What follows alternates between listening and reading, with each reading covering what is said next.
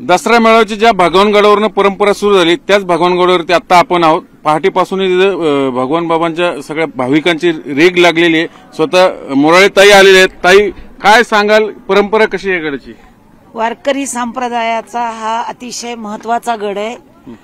गेली 50-60 वर्ष या गडावर दसरा मेळावा होत होता, परंतु मध्यंतरी त्याला खंड पडला असला तरी तो मेळावा दुसरीकडे शिफ्ट झाला असला, परंतु खऱ्या अर्थानं राजसत्तेपुढे धर्मसत्तेनं गुडघे टेकता कामा नये। माझा संदेश आहे वारकरी संप्रदायातल्या सगळ्या महाराजांना की तुमचं जे काही ज्ञान आहे, या रूढी परंपरा, अंधश्रद्धा, उपास तापास, नवस सायास, होम हवन याच्या विरुद्धची प्रतिक्रिया म्हणून वारकरी संप्रदायाची निर्मिती झालेली आहे। आणि हे भगवानगड हे फार आपल्या सगळ्याच हा गड कोणाच्या एका समाजाचा नाहीये आणि तिकडेही कोण्या एका समाजाचा नाहीये। तिथेही भाविक तिथे जातात ज्यांची श्रद्धा आहे नारायण बाबावर, ज्यांची श्रद्धा आहे माणिक बाबावर, तेही लोक तिथं जातात। ज्यांची श्रद्धा बाबांवर, भगवान बाबांवर आहे ते लोक इथं येतात। भाईचारा वारकरी संप्रदायानं वाढवण्याचा प्रयत्न केलेला आहे।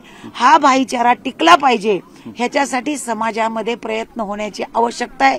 आज जे वातावरण दूषित करण्याचा प्रयत्न केला गेलेला आहे, ध्रुवीकरण करण्याचा जो प्रयत्न केला गेलेला आहे तो दुर्दैवी असं मी एवढंच या निमित्तानं म्हणेन।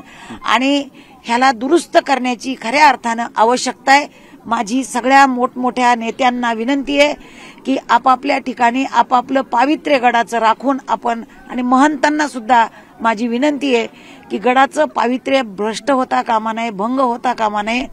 या पद्धतीचंच काम गडावरून झालं पाहिजे।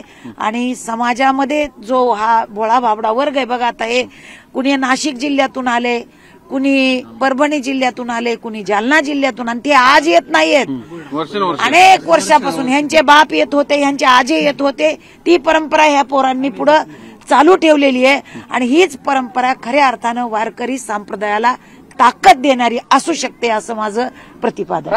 या सुशीलताई मोराळे बीड जिल्ह्यातल्या जुन्या राजकीय सामाजिक कार्यकर्ते आहेत आपल्यासोबत। दादासाहेब, मला सांगा, गडाची परंपरा बीड जिल्ह्याला नवीन आहे, पण हा गड नगर जिल्ह्यातला आहे, बाउंड्रीवरचा आहे। काय गडामध्ये अनेक जण बोलतात गडांचं राजकारण वेगळं बीड जिल्ह्यातलं, ही गडाची निर्मिती कशी झाली सर? मुळात श्री क्षेत्र भगवान गडाची निर्मिती ही अत्यंत संघर्षातून झालेली आहे। स्वतः भगवान बाबा हे 35 वर्ष श्री क्षेत्र नारायणगडाच्या संस्थानाचे प्रमुख महंत होते आणि स्वातंत्र्यपूर्व कालखंडामध्ये ज्या काही घटना घडल्या 2-3, त्या घटनेनंतर बाबांनी नारायणगड सोडायचा निर्णय घेतला। नारायणगड सोडल्यानंतर कुठे जायचं असा प्रश्न त्यांच्यापुढे पडला होता, परंतु तो जेव्हा वाद कोर्टात गेला तेव्हा डॉक्टर बाबासाहेब आंबेडकर आणि बाबांची भेट झाल्यानंतर हे ठरलं की वेगळं तिथे भांडण करण्यापेक्षा तेवढ्या ऊर्जेमध्ये वेगळं उभं राहू शकतं काम, आणि म्हणून भगवान बाबांनी इथे यायचा निर्णय घेतला। इथे बाजीराव पाटील म्हणून एक कुटुंब आहे खरवंडीमध्ये, त्यांची या मालकीची ही मूळ जागा आहे। या गडाचं मूळ नाव धुम्या डोंगर असं आहे। धौम्य ऋषीच्या सानिध्यानं पवित्र झालेला, म्हणजे पांडवांचे पुरोहित त्यांचा पदस्पर्श इथे लाभला। त्यांचं मंदिर आता आपल्याला आजही बघायला मिळेल तिथे, आणि बाबा इथे थांबले। बाबा हे केवळ वारकरी संप्रदायाचे प्रमुख होते असं नाहीये, तर ते एक कर्मयोगी होते। स्वातंत्र्यपूर्व कालखंडामध्ये आयुर्वेदिक महाविद्यालय काढलं पाहिजे, शाळा काढली पाहिजे, कॉलेज काढलं पाहिजे, मुलांसाठी वसतिगृह काढलं पाहिजे, ही भूमिका बाबांनी घेतली। आणि त्यांनी सर्वसामान्य दऱ्याखोऱ्यात राहणाऱ्या सगळ्या समाजाला आवाहन केलं की तुम्ही वेळ प्रसंगी घरातली एखादी वस्तू विका, अजून काही करा, पण आपली पोरं शिकवा। फेमस वाक्य, एक एकर एका पण मुलं शिकवा। हा, म्हणजे प्रत्यक्ष काय वाक्य माहित नाही, परंतु ते वाक्य की काहीतरी करा आणि तुमची पुढची पिढी शिकवा। भगवान बाबांच्या त्या आव्हानाचा परिणाम आज असा दिसतो आपल्याकडे की आज महाराष्ट्रामध्ये खुल्या प्रवर्गामध्ये सगळ्यात जास्त IAS आणि IPS ओबीसी समाजातले जर कुणाचे असतील तर ती वंजारी समाजामधली आहेत। मला वाटतं की हे भगवान बाबांचं पुण्य आहे की आम्हाला त्यांच्यासारख्या कुलात जन्माला यायचं भाग्य भेटलं, आणि म्हणून खरं म्हणजे आम्ही हा विचार केला पाहिजे की या गडाची परंपरा ही जातीपातीच्या पलीकडची परंपरा आहे। कारण भगवान बाबांना आयुष्यभर ज्या महिलेनी भाकरी खाऊ घातल्या ती महिला बंजारा समाजाची होती, हे लक्षात घ्या। त्यांचं संरक्षण करणारा माणूस हा टकारी समाजाचा होता।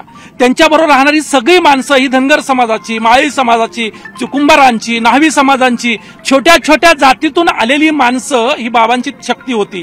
आणि म्हणून बाबांचा जो प्रवास होता तुम्ही आता इथे पाहू शकाल की त्यांचा रथ असेल, टांग्या असेल, त्यांची शस्त्र असतील, म्हणजे त्या कालखंडामध्ये बंदूक घेऊन राहणारा माणूस, म्हणजे विचार करा काय प्रगल्भता असेल त्यांची. या गडाला मला वाटतं यशवंतरावांनी नाव दिलं ना त्या गडात. हा, त्याच्या मागची हिस्ट्री अशी आहे की 1951ला गडाची दसऱ्याची जी परंपरा आहे ती तेव्हा सुरू झाली. खरं म्हणजे 1951ला यशवंतराव चव्हाण इथे आले, विठ्ठलाच्या मूर्तीच्या प्राण प्रतिष्ठापनेला आपण ज्या विठ्ठलाचं दर्शन घेतो, आणि ते भाषणात असं म्हणाले की हा डोंगर धुम्या डोंगर होता, पण पुढच्या कालखंडात या धुम्या डोंगराला लोक भगवानगड म्हणतील, आणि म्हणून ते श्री क्षेत्र भगवानगड झालं.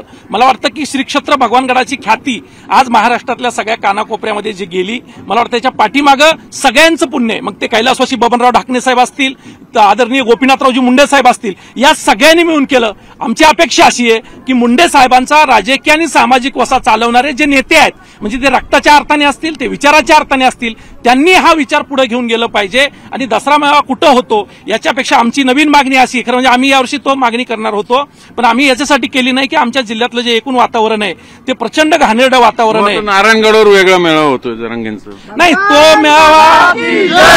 तो मेळावा जो आहे तो त्याचा अँगल वेगळा आहे. म्हणजे मेळावा घ्यायचा आहे, त्याची तयारी करायची वगैरे, असा मेळावा भगवानगडावर होत नव्हता. त्याच्या पाठीमागे त्यांच्या मागणीचा संदर्भ आहे, त्यांच्या आरक्षणाचा संदर्भ आहे, समाज त्यांना एकत्रित दाखवायचा, त्यांचा जो वंचित मराठा किंवा त्यांचं जे काही म्हणणं आहे त्यांच्या मागणीसाठी ते घेत आहेत.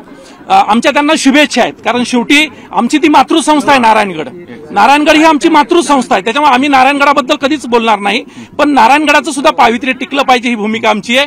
कारण आमच्या नवीन पिढीला माहित नसेल की संत ज्ञानेश्वरांची जी 8वी पिढी आहे ती संत एकनाथांची आहे, त्यांच्यानंतरची जी 8वी पिढी आहे ती नगद नारायणांची आहे, आणि नगद नारायणच्या 4थ्या पिढीतले भगवान बाबा आहेत. म्हणजे आमचा सरळ आणि सीधा संबंध हा ज्ञानेश्वरांशी आहे, त्या विचारांशी आहे. मराठवाड्यातली पहिली दिंडी पंढरपूरला जी गेली ती भगवान बाबांच्या नेतृत्वाखाली नारायणगडावरून गेली, आणि पंढरपूरमधल्या मानाच्या दिंड्या आपल्या दिंडीला घ्यायला येतात वाकडीला.